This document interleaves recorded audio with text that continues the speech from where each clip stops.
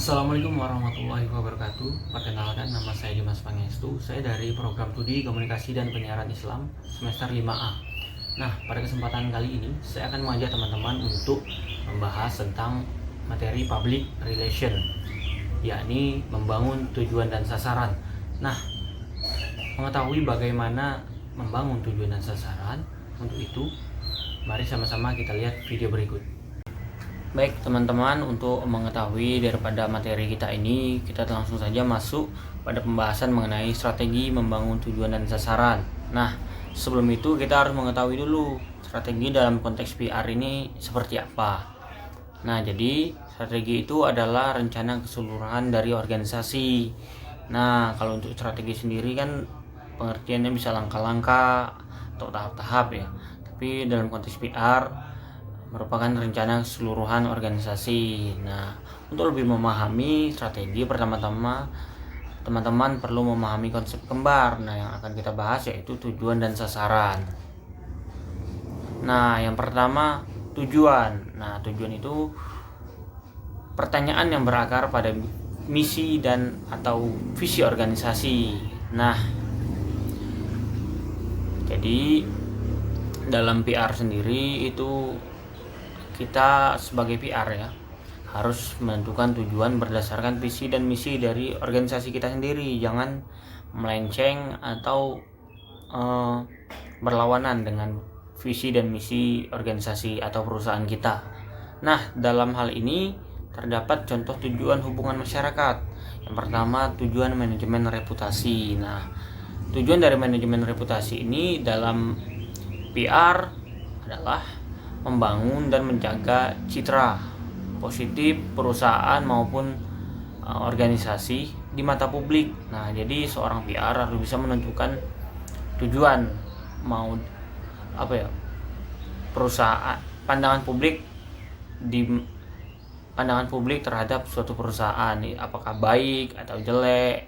Nah, tujuan PR harus bisa memantapkan bahwa publik ini memiliki citra yang baik terhadap satu perusahaan.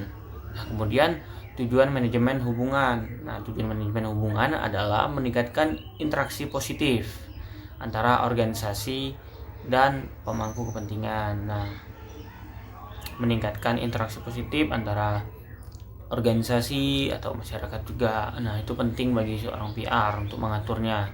Kemudian tujuan pengelolaan tugas. Nah, tujuan pengelolaan tugas ini adalah bagaimana agar efektif dalam menangani tugas-tugas terkait komunikasi dan hubungan antara masyarakat. Nah, jadi seorang PR harus bisa membagi tugas, bagaimana cara menangani atau ya menjagalah hubungan kepada masyarakat. Kemudian ada penentuan posisi. Nah, sebelum teman-teman menetapkan tujuan spesifik, baiknya teman-teman menentukan posisi yang ingin teman-teman cari di mata publik. Nah, ingin dikenal sebagai apa, seperti itu. Nah, setelah sebelumnya mengidentifikasi, kita mengidentifikasi suatu situasi hubungan masyarakat yang relevan. Langkah satunya adalah menetapkan tujuan. Nah, sudah mengidentifikasi tadi masyarakat seperti apa, lingkungan seperti apa, kemudian teman-teman menentukan tujuan. Nah, contohnya yakni apa yang kita ingin orang-orang pikirkan tentang kita. Nah, jadi ingin dikenal sebagai apakah perusahaan atau organisasi kita di mata masyarakat. Nah, itu perlu untuk kita garis bawahi sebagai seorang public relation atau hubungan masyarakat.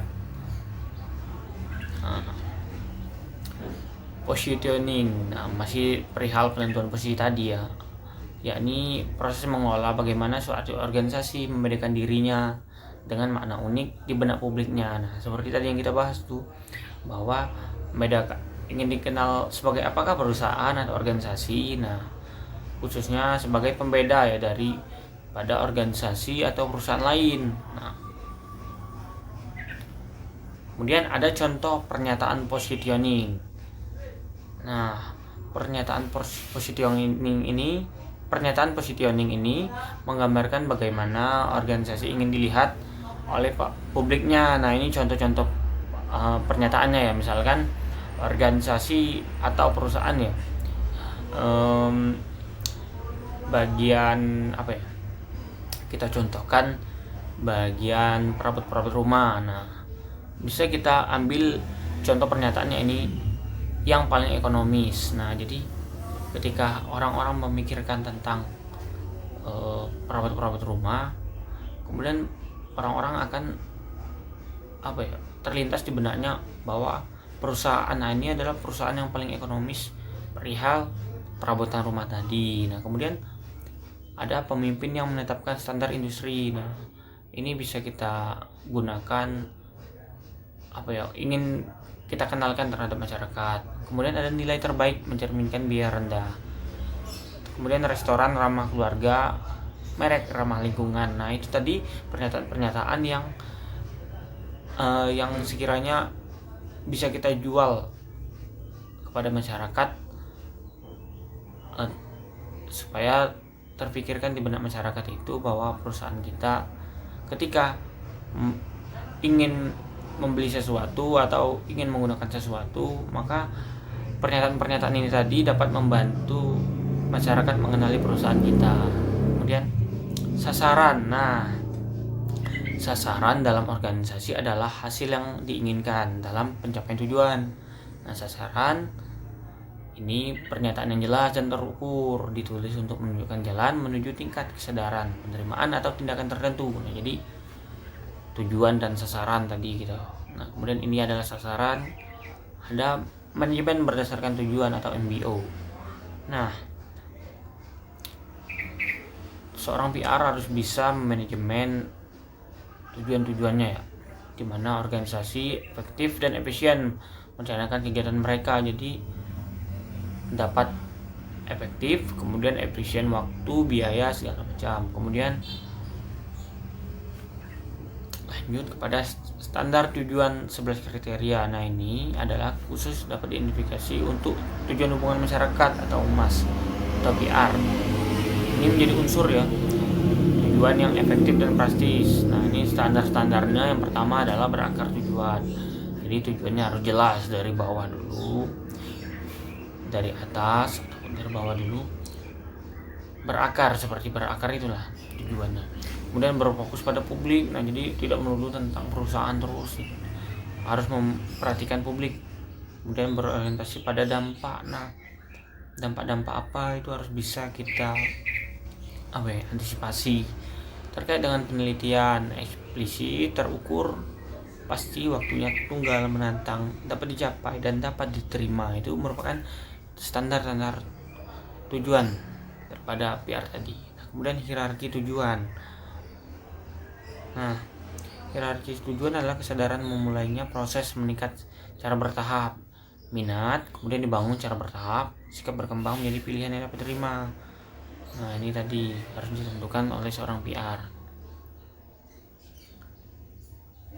Nah, jadi pertama ini adalah tujuan kesadaran. Nah, tujuan kesadaran itu adalah meningkatkan pemahaman dan pengetahuan publik terhadap organisasi. Seperti contoh nih yang telah diberikan, itu kita tambah lagi contoh ya, yakni meningkatkan kesadaran akan program perusahaan. Nah, kesadaran sosial akan program perusahaan. Nah, itu adalah tujuan agar masyarakat menyadari bahwa program-program dari perusahaan itu memberikan efek terhadap masyarakat sekitar. Nah, kemudian tujuan penerimaan. Tujuan penerimaan adalah menciptakan penerimaan positif terhadap pesan atau kebijakan organisasi. Nah, contohnya adalah kita setelah kesadaran tadi, kemudian masyarakat mendapatkan dukungan. Nah, masyarakat mendukung terhadap kebijakan lingkungan yang diterapkan oleh perusahaan. Nah, kemudian ada tujuan tindakan. Nah, ini mendorong tindakan atau respon publik.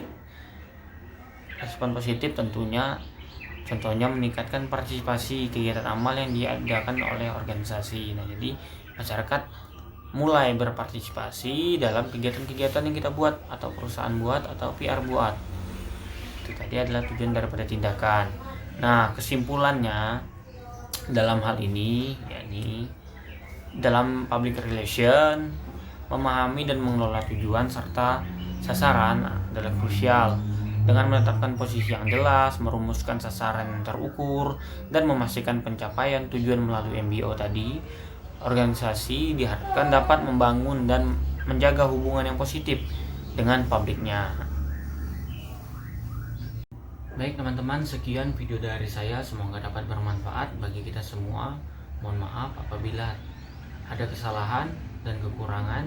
Saya akhiri, wassalamualaikum warahmatullahi wabarakatuh.